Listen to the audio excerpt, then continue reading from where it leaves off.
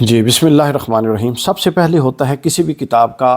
مقصد تحریر یا اس کا مقدمہ کہ صاحب کتاب نے وہ کتاب کیوں لکھی ہے۔ حضور شیخ الاسلام نے القول المتین کے مقدمے میں خود 2-3 پوائنٹس فرمائے ہیں۔ سب سے پہلا پوائنٹ جو اس دوران آپ کو سمجھنا بہت ضروری ہے وہ یہ ہے کہ آپ نے فرمایا کہ ناسبیت ایک ایسی چیز تھی جس کا رد کرنا ضروری تھا، چونکہ ناسبیت پورے کے پورے عقیدے کو، پورے کے پورے ایمان کو کھانے والی ایک ایسی بلا ہے جس کے لیے آپ فرماتے ہیں کہ اعتقادی طور پر ذکر اہل بیت کا اخفاء یعنی اس کو چھپانا اور اہل بیت اطہار سے دوری جو تھی فکری طور پہ، یہ ایک پرانی چیز ہے جس کا تسلسل ہمیشہ سے چلتا رہا ہے، مگر اس کی جو بنیادیں پڑیں اور استحکام آیا، یہ استحکام حضرت سیدنا عثمان غنی رضی اللہ تعالیٰ عنہ کے دور میں ہوا، چونکہ کچھ ایسے لوگ عہدوں پر آ گئے جو کمپیٹنٹ نہیں تھے، بعض وجوہات کی بنا پہ وہ عہدوں پر آ گئے اور ناسبیت نے اپنی جڑ پکڑنا شروع کر دی، مگر یہ ابھی دبی رہی، لیکن حضرت مولا علی کے عہد خلافت میں یہ پوری قوت کے ساتھ کھڑی ہو گئی۔ اب یہ ایک تسلسل تھا، پس منظر تھا، اس پس منظر کو لے کر حضور شیخ الاسلام آپ پاکستان میں آ گئے اور وہ فرماتے ہیں کہ مگر گزشتہ 30 سال جو پاکستان میں گزرے، 1980 سے لے کر اب تک گزشتہ 40 سال، اس دہائی میں یہ جو ناسبیت تھی اس کی لہریں بڑے مختلف انداز میں، مختلف مقاصد کو لے کر، مختلف نقطہ نظر کے لوگوں کو لے کر، مختلف مقاصد کو لے کر پرموٹ کی گئیں۔ بر صغیر پاک و ہند میں شیعہ سنی فسادات نے اس خارجی سوچ کو ہوا دی کہ دونوں ممالک، دونوں مسالک کے جو انتہا پسند گروہ تھے، اپنے اپنے مسلک کے پیروکاروں کو انہوں نے فسادات پر ابھارا، اپنے اپنے مسلک کا انہوں نے عسکری ونگ بنایا اور انہوں نے کیا کیا، 4 جہتی ایک فارمولہ حضور شیخ الاسلام نے بیان کیا۔ فرماتے ہیں کہ ان کے پیچھے سب سے پہلے مسلکی انتہا پسندی تھی، اس کے بعد علاقائی سیاست تھی، مثلا ایک علاقے کا کوئی وڈیرا ہے، اس کے لیے جیتنا تب ممکن ہے کہ وہ شیعہ سنی بریلوی دیوبندی ان فسادات میں لوگوں کو الجھا دے اور اس الجھاؤ سے وہ اپنا کام نکال لے، تو دوسری چیز آپ نے بتائی علاقائی سیاست۔ پہلی چیز تھی مسلک کی انتہا پسندی، یہ ایک اسٹیبلشڈ فیکٹ ہے، اس پر زیادہ بات کی ضرورت نہیں۔ دوسری علاقائی سیاست، یعنی یہ جو ناسبیت ہے اس کے پروموشن میں علاقائی سیاست نے لوکلی طور پہ بڑا اہم کردار ادا کیا۔ پھر تیسری چیز تھی کہ بعض کا حکومتی مصلحتیں تھیں کہ جب کوئی حکومت اقتدار میں آئے، وہ وفاق میں ہو یا صوبے میں ہو، اس کی بھی اپنی ضرورتیں تھیں۔ مثلا کوئی ایسا ایشو اٹھایا کہ عوام کھڑی ہوگی حکومت کے خلاف، اب حکومت کو کوئی ایسا ایشو چاہیے تھا کہ وہ عوام کو ڈائلیوٹ کر دے، ڈیوائیڈ کر دے، تو عوام نے بھی یہ شیعہ سنی، صحابہ اہل بیت، دیوبندی بریلوی، ان ٹائٹلز کو اور ان چیزوں کو استعمال کیا اور عوام کو جو کہ اپنے حقوق کے لیے حکومت کے خلاف کھڑی ہو رہی تھی، ان کو ایک دوسرے کے خلاف کھڑا کر کے اس پورے کے پورے غبارے سے ہوا نکال دی۔ اور چوتھی چیز تھی وہ بین الاقوامی ایجنڈا تھا جو اسلام کے خلاف ہمیشہ سے برسر پیکار ہے۔ وہ لوگ نہیں چاہتے کہ مسلمان کسی بھی حوالے سے مضبوط ہوں، ان کی جڑیں مضبوط ہوں، یہ اتحاد اور وحدت کا مظاہرہ کریں، چونکہ مسلمانوں کی وحدت سے دنیا میں کیا انقلاب آتے ہیں یہ دنیا نے دیکھے ہوئے ہیں۔ اس وجہ سے یہ 4 وجوہات ہیں، اس کو نوٹ کر لیجئے۔ پہلی وجہ مسلک انتہا پسندی، دوسری وجہ علاقائی سیاست، تیسری وجہ حکومتی مصلحتیں اور چوتھی وجہ بین الاقوامی ایجنڈا۔ یہ 4 وجوہات تھیں جس کی وجہ سے ان چیزوں کو پرموٹ کیا گیا، ان چیزوں پر زور دیا گیا، مسالک کو ہوا دی گئی۔ پھر مسالک میں جو مشترکات ہیں، بہت ساری مشترکات ہیں، 20% بھی نہیں ہیں جو اختلاف ہیں، 20% بھی نہیں ہے،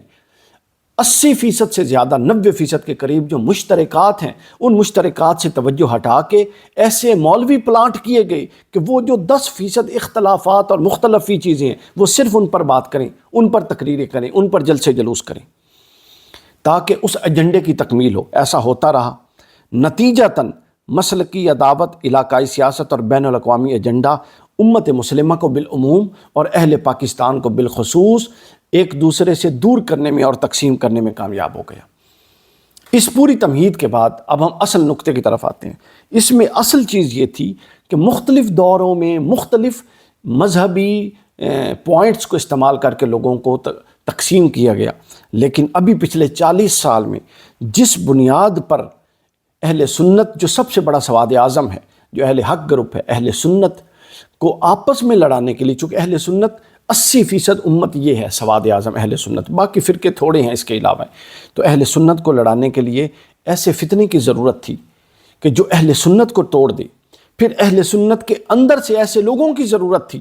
کہ ظاہرہ باہر کا بندہ بات کرے گا تو کون توجہ دے گا، اندر سے کوئی ایسے لوگ چاہیے تھے کہ جو اہل سنت کا لبادہ بھی رکھتے ہوں، لباس بھی رکھتے ہوں، اور بات ایسی کریں کہ آگ لگا دیں۔ ایسے لوگ پھر انہوں نے خرید لیے، اور اس دفعہ جو پوائنٹ اٹھایا گیا اور جو وجہ نزاع بنائی گئی وہ اہل بیت اطہار کی ذات کو بنایا گیا۔ مسئلہ کی مخاصمت میں اہل بیت اطہار کے نام لینے کو شیعیت کے قریب قریب کر دیا۔ عام بندوں اتنی تقریریں مولویوں سے کروائیں، دین کا ایسا حلیہ بگاڑا اور دین کا ایسا پیراڈائم پیش کیا کہ اہل بیت اطہار کا تذکرہ اس کو شیعیت کے ساتھ جوڑ دیا، اور ایک عام ذہن، ایک سادہ ذہن، ایک مخلص مسلمان جو صحابہ اکرام، اہل بیت اطہار، اولیاء سب کی عزت کرتا ہے، اس پر یہ تاثر دے دیا گیا اس کو کہ اہل بیت کا تذکرہ اور اہل بیت کا کثرت تذکرہ، اس کا مطلب ہے یا یہ بندہ شیعہ ہے یا اس کا شیعیت کی طرف رجحان ہے۔ یہ وہ دوستوں اور احباب گرامی ایجنڈا تھا جس پر یہ کامیاب ہو گئے۔ حضور شیخ الاسلام آگے فرماتے ہیں جا کے کہ پھر اس کتاب کا مقصد بیان کرتے ہوئے صفحہ نمبر 35 پر فرماتے ہیں، ان خارجی اثرات، چونکہ اہل بیت سے مخاصمت، اہل بیت سے مخالفت یا اہل بیت کا تذکرہ ہو تو پرچیاں اور چٹے دینا کہ فلاں فلاں فلاں کا تذکرہ کریں، یہ خارجی ذہنیت ہے۔ حضور شیخ الاسلام فرماتے ہیں کہ اس خارجی ذہنیت کو جب میں نے بھانپ لیا کہ اب یہ قوت پکڑ چکی ہے، پھر میں نے قلم اٹھایا اور میں نے کہا کہ اب یہ لازم ہو چکا ہے کہ اس خارجی ذہنیت کی گرد کو دھوئی جائے، اور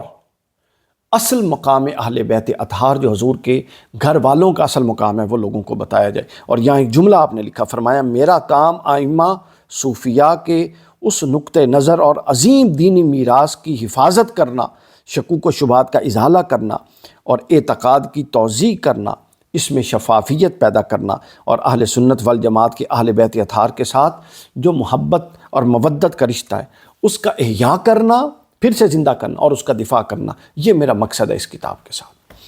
تو گویا اس کتاب کے مقصد کو ہم سمجھ گئے پس منظر کے ساتھ کہ کس طرح سے چیزیں اٹھائی گئیں، کس طرح سے ماحول بنایا گیا اور کس طرح سے آ کے پھر لڑایا گیا۔ اور جو مجدد ہوتا ہے اس کو ہمیشہ اس ضرورت کا ادراک ہوتا ہے کہ اس وقت ضرورت کیا ہے۔ آپ دیکھیں ہزاروں ایسے آج کل علماء کرام ہیں، بہت سارے لوگ ہم سب کی عزت کرتے ہیں، لیکن آپ دیکھیں ایسی بات وہ کرتے ہیں جس کی یوٹیلیٹی نہیں ہے، اس دور میں اس کی ضرورت ہی نہیں ہے، تعلق ہی نہیں ہے۔ مجدد ہمیشہ نبض پر ہاتھ رکھتا ہے، تو لہٰذا آپ نے اصلاح کے باب میں بھی ان پہلوؤں کو لیا جن پر ضرورت ہے، اور عقیدے کے باب میں بھی ان پہلوؤں کو لیا جن پر ضرورت ہے۔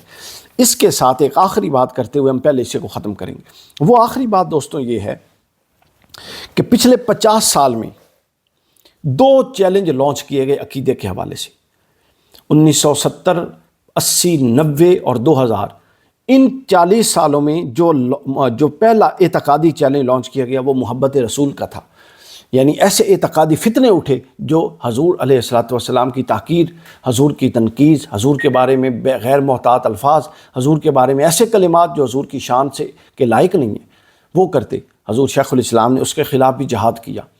اور اتنی کثرت سے جہاد کیا کہ آج وہ فتنہ ختم ہو چکا۔ اور اس کے بعد دوسرا فتنہ جو اٹھا وہ اہل بیت کے بارے میں، اہل بیت اطہار کی شان کے بارے میں، اور اللہ کا شکر ہے اس پر بھی منہاج القرآن کو اللہ تعالیٰ نے تقدم دیا، اور منہاج القرآن نے اس فتنے کو بھی اسی طرح کچلا جس طرح تنقیص جناب رسالت مآب کے فتنے کو کچلا تھا۔